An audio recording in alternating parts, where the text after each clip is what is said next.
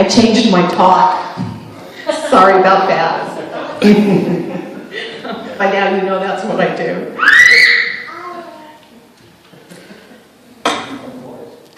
So, 4 little kittens were by a dumpster in a parking lot, chowing down on a paper napkin that was saturated with chicken grease. And as though their lives weren't miserable enough, a monster was sneaking up on them, ready to swoop them up and take them away. But they were wary, and they knew what was coming, and they scattered in 4 directions. And the monster, however, was very persistent, and he reached down and he grabbed 2 of those kittens. Now, he would have tried to get the other 2 as well, but they were very successful in hiding. And so the monster, as he took away the orange kitty and the black and white kitty, they were crying and crying and crying, but to no avail whatsoever. No one was there to rescue them from the monster. Well, before you knew it, they found themselves in another environment. This environment, why, it was sheltered. It kept them from the sun beating down on them.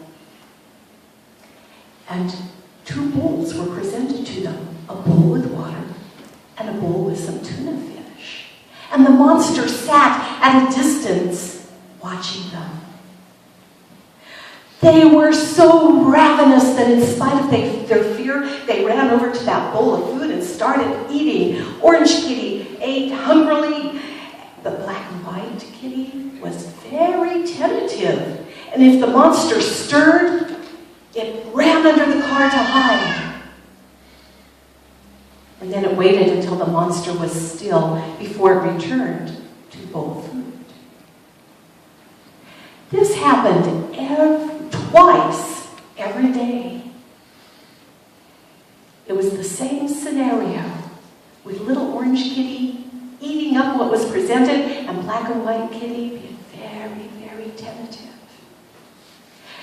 And the only other difference was the monster, every time it presented the food, got closer and closer until one day, as the kittens were eating the food, that monster was so close, it reached down and stroked their little heads. Black and white kitty was like grease lightning. Under the car it went. But orange kitty decided it liked its head stroked. So purring, it climbed up into the monster's lap and allowed that monster to scratch its little chin and rub its little ears.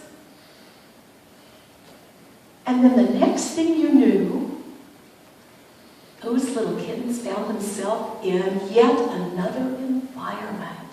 Now, for Orange Kitty, this new environment was kitty heaven. But for Black and White Kitten, this new environment was kitty what? Hell. Because in this new environment, by golly, there were lots of monsters. And those monsters, what they wanted to do is pick those little kittens up and stroke their soft fur. Oh, Orange Kitty like that.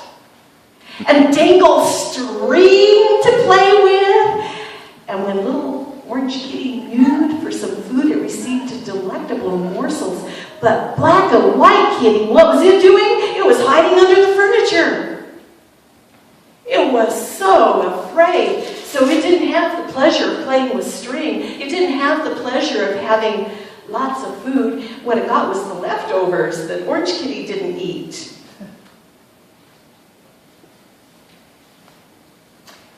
This is a true story. My big-hearted son, Dustin, is the monster who brought these kittens home. But the reason I'm telling you this story is because these 2 kittens are my role models. Can you believe that?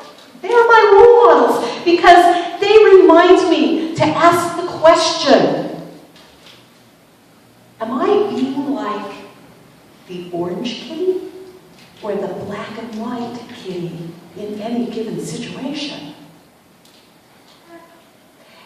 like the orange kitty where I am willing to face my fear.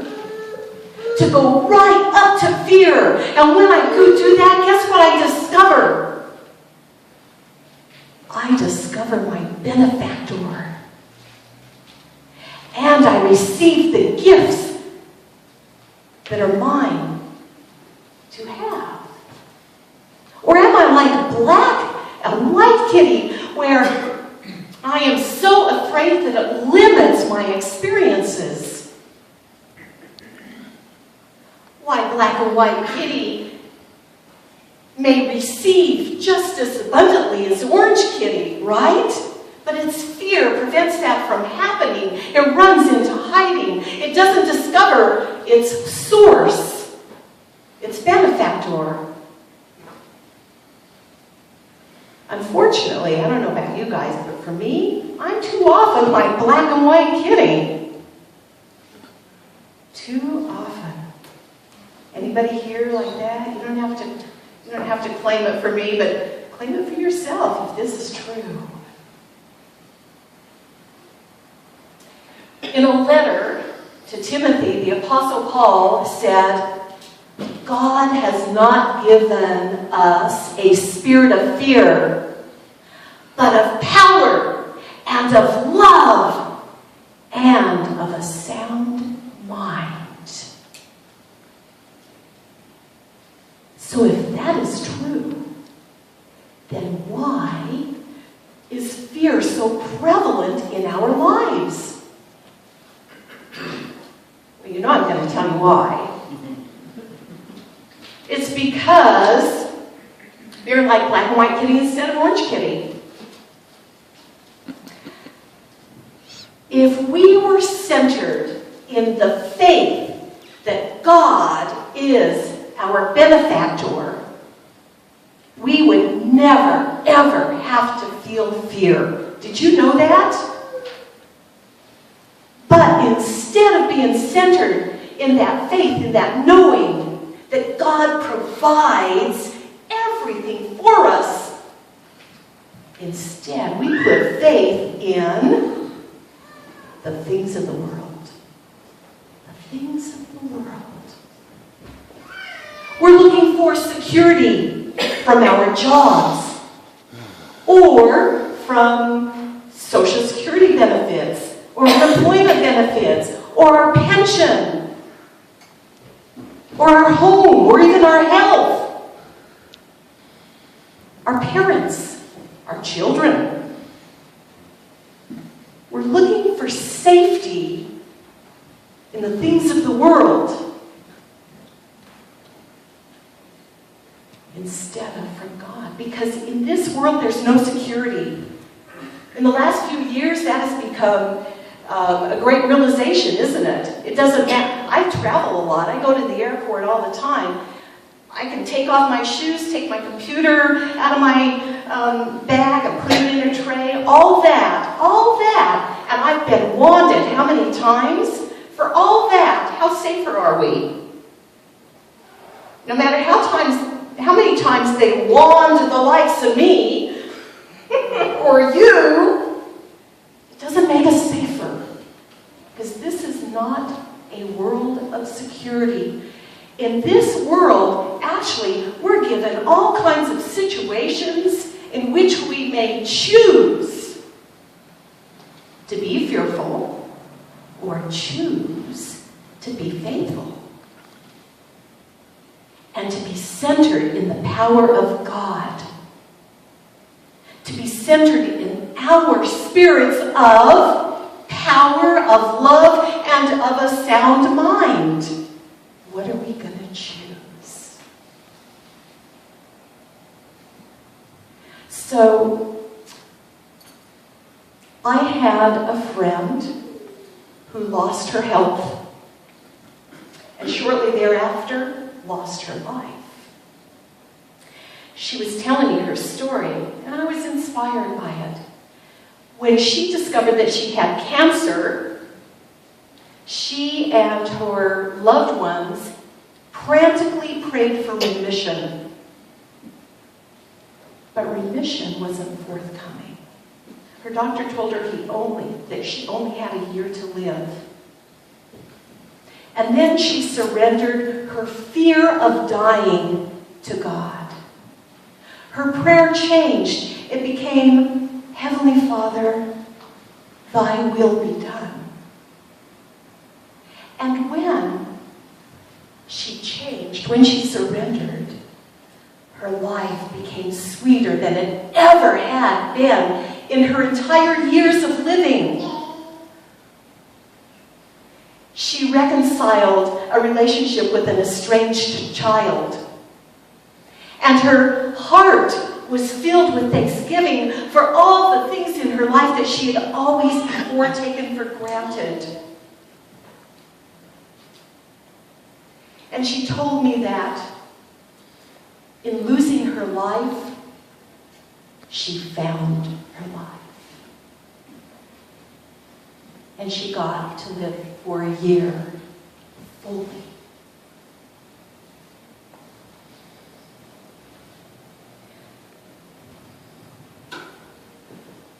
How many of you have heard of a concept of running toward the roar? Running toward the roar. So, lions are very clever when they hunt. The strong lions will go downwind from the animals that could be their dinner, the herd of animals. And the old lions that have few teeth and no strength to catch prey, they go upwind. So the herd of animals smell the scent, and those old lions, they roar. And the herd of animals, they are so frightened that they run towards the healthy young lions that are going to make them the meal. But if that herd of animals knew to run toward the roar, toward what they're afraid of, guess what? They'd be safe there, wouldn't they?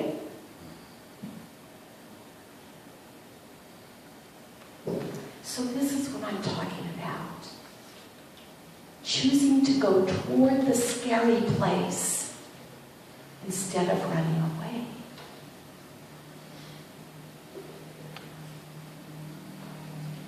Trungpa Rinpoche, I don't know if anybody has heard of him, he's a well-known Buddhist teacher, and he was asked if he has fear. And he said that he was taught to face his fear. And he tells the story of a time when he and his attendants went to a monastery for the very first time. And as they approached the gate, there was a dog. It was barking ferociously, and it was snarling with its sharp teeth, and spittle was flying everywhere. It was a scary sight. And it was pulling at its chain. It looked like that chain was going to break.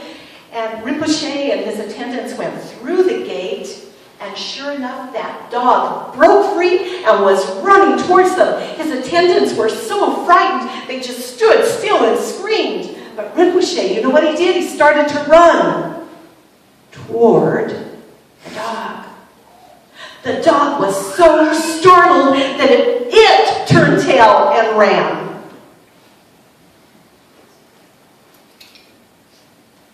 Wow. Face our fears. Face our fears.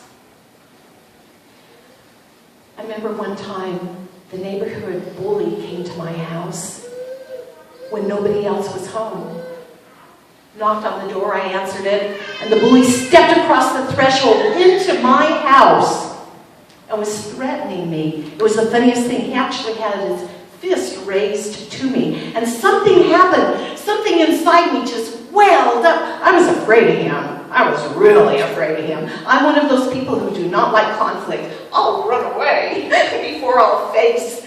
And we'd actually had some neighborly chats across our fence. And I always retreated into my house. I didn't want to have anything to do with him. But here he was. He had stepped into my house. He had his fist raised. And all of a sudden, the energy of being powerful surged through me. And it just went up, and up my arm. And I raised my fist. And I matched him. I stepped forward instead of backwards. And we were fist to fist, and toe to toe, and nose to nose. Except he was a little higher. And I said, "Get out of my house." And lo and behold, he did. It's like if I had run away, he probably would have run after me. But I didn't. I stepped forward, facing fear, matching it, and he backed down. After that experience, you know what? I've been a lot braver. I don't back down. I learned that facing our fear is the best way. I didn't have to punch him in the nose. He was lucky.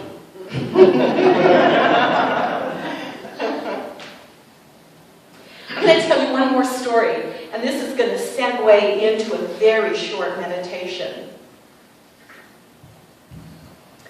There was a young warrior student, and her teacher told her that she had to face fear. And she didn't want to do that. Who does? However, the appointed time was made, and so she went to face fear. She was so petrified. She felt small and powerless, and there was fear, mighty big and intimidating. And she was paralyzed with fear. All she could do was stare. And then she got the courage. And she bowed 3 times to fear. And she asked permission to do battle. And fear said, "Thank you for respecting me enough to ask permission." And she asked fear, "How may I defeat you?" And fear answered. Fear said,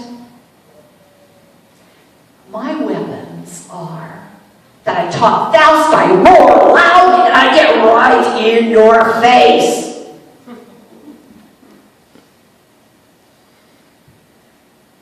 Fear said, "You can respect me and you can listen to me, but don't do what I say. Only in that way can you defeat me." And so I'm going to invite you right now to face one of your fears in a short meditation. Are you willing to do that? So you're a warrior. You are powerful. You are a spirit of power and of love and of a strong mind. So close your eyes and imagine an image that represents your fear, a particular fear. The image can be of a monster, a dragon. Maybe it's a shape of a particular color. Get that image.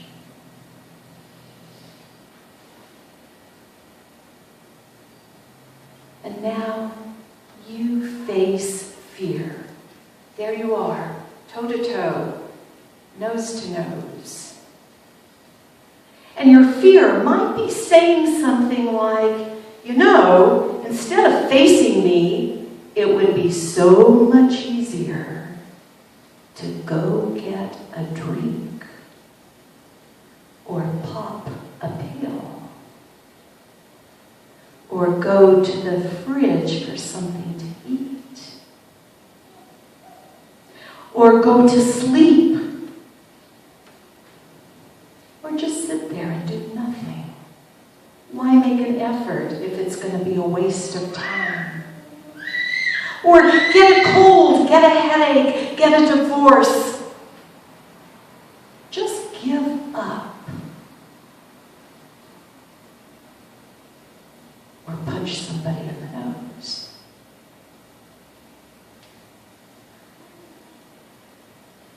whatever fear is saying to you, here's my question. How often does fear tell you to do this very thing? All your life, this is the very thing fear has been telling you to do. And this time, you aren't going to listen. So you say, I respect and I have listened to you. I know what you want me to do. But I'm going to try something new. I see myself as God made me. I'm a spirit of power. I am a spirit of love. I am a spirit of sound mind and centered in God. I have a new way.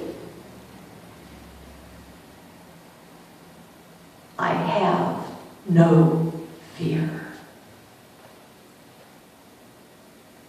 And see fear just dissipate. And now I want you to listen to the voice of God. Listen to the new way to do what you have to do. What is God telling you?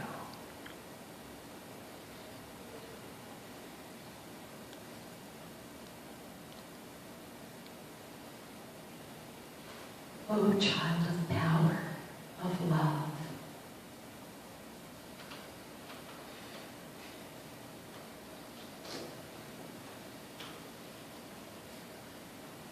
With God, all things are possible. With God, all things are possible. Centered in God, you have right thinking, divine ideas. They are coming forth now. And as you go throughout this day, you remember this. Every time there's a fearful experience, you remember this. And you face it with the courage of who you are. When you're ready, you may open your eyes. I invite you to remember today who you are. Who are you, everybody? You are a spirit of? You are a spirit of God. You are a spirit of power. You are a spirit of love. You are a spirit of sound mind, right? Say it with me. I am a spirit